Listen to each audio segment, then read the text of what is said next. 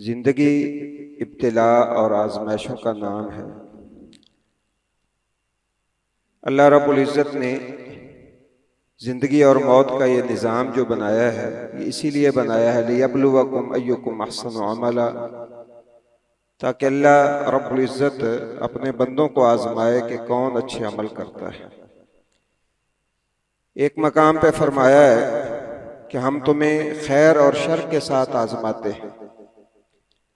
सूरह बकरा में फरमाया वला नबलुवन्नकुम बिशैइन मिनल खौफि वल जूइ व नक्सिम मिनल अम्वालि वल अनफुसि वस्समरात वबश्शिरिस साबिरीन, कि हमारे आजमाने का अंदाज मुख्तलिफ है, कभी मुसीबत में मुब्तला करके, कभी खुशी दे के, कभी फल दे के, कभी उनमें कमी करके। अंजामे कार जो लोग सब्र की ज़िंदगी गुजारते हैं उनके लिए अल्लाह रब्बुल इज़्ज़त की तरफ से खैर और रहमत है। इब्तिला वो सारे इंसानों पे आती है, कोई काफिर है, मुसलमान है, सारे इस इब्तिला और आजमाइश से गुजरते हैं।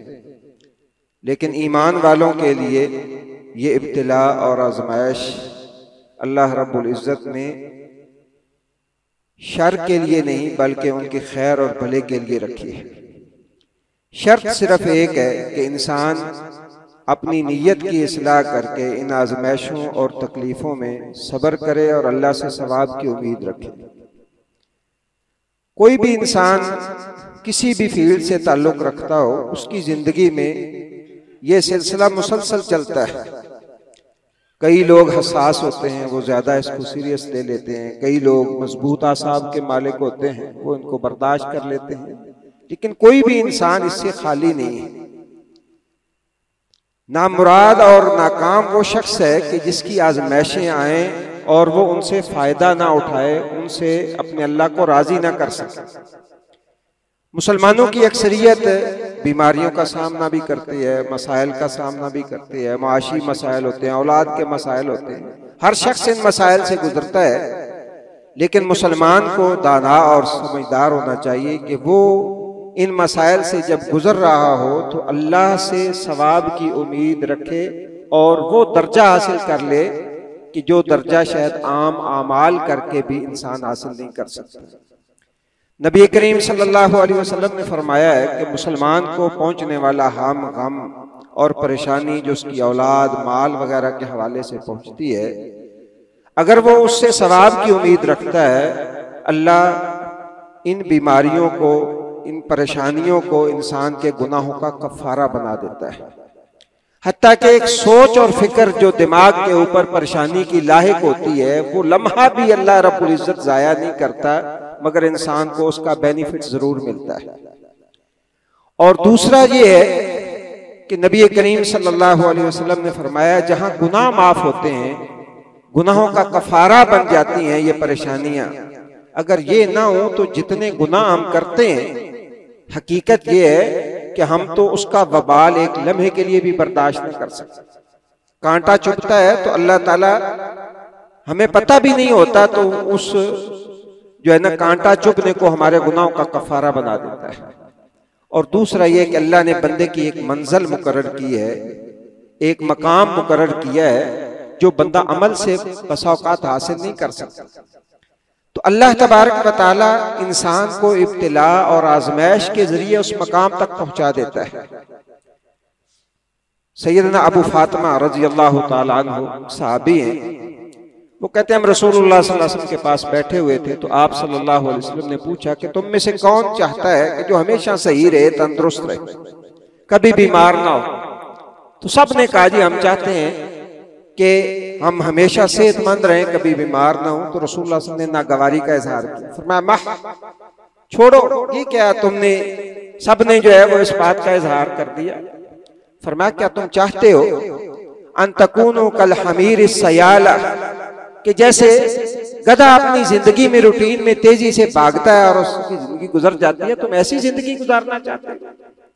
फिर आप सल्लल्लाहु अलैहि वसल्लम ने बताया कि ये इब्तिला और आजमाइश जो आती है, क्या तुम नहीं चाहते कि अल्लाह इब्तिला और आजमाइशों के अंदर जो तुम्हें मुब्तला करे, फिर इसको तुम्हारे गुनाहों का कफारा बना दे।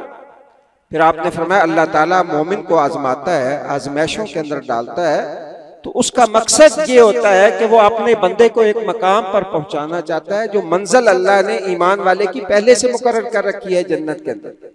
अब ये कोहताकार है, नमाजों के अंदर भी सुस्ती कर लेता है, ये सदका खैरात में भी सुस्ती करता है, ये नेकी के कामों में भी सुस्ती करता है, अमल के जरिए ये वहां जा नहीं रहा। अल्लाह को इस बंदे से प्यार है, अल्लाह ने इसके लिए जन्नत का तयन कर रखा है, ये अमलों की तरफ जाता नहीं है, नेक अमाल जो है उस कैटेगरी के करता नहीं है जो वहां पहुंच सके। अल्लाह फिर इसको छोटी छोटी आजमाइशों और परेशानियों के अंदर मुब्तला करके उस मकाम तक पहुंचा देता है।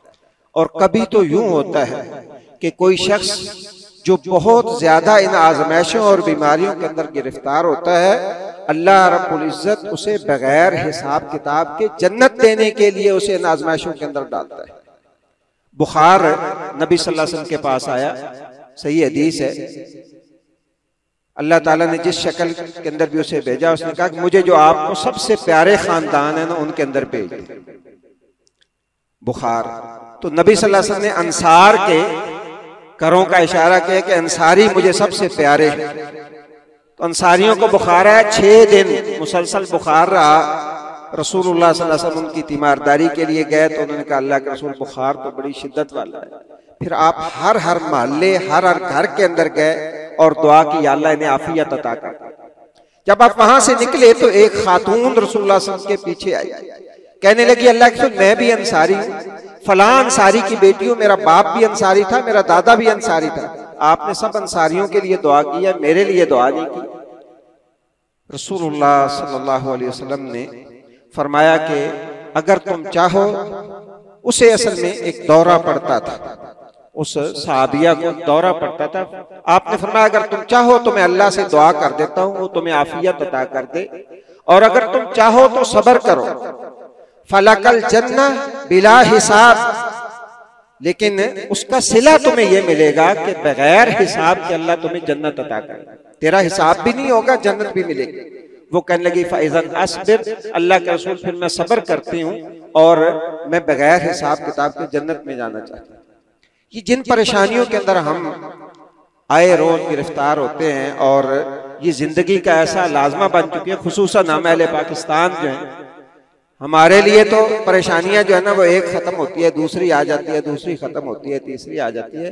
अल्लाह ताला से हमेशा सब्र के साथ सवाब की उम्मीद रखनी चाहिए, और इसमें जो इंसान अपना मुस्बत किरदार अदा कर सकता है वो किरदार अदा करे कि इंसान अल्लाह से दुआ करे और अल्लाह ताला से जो है वो ये इल्तिजा करे कि या अल्लाह ये परेशानियां और आज़माइशें तो जिंदगी का हिस्सा चली आ रही हैं, लेकिन हमें इस पे अजर अता करना, हमें जो है उसमें जाया ना कर देना कि मुसीबतें भी बर्दाश्त करें और अजर और सवाब भी ना मिले।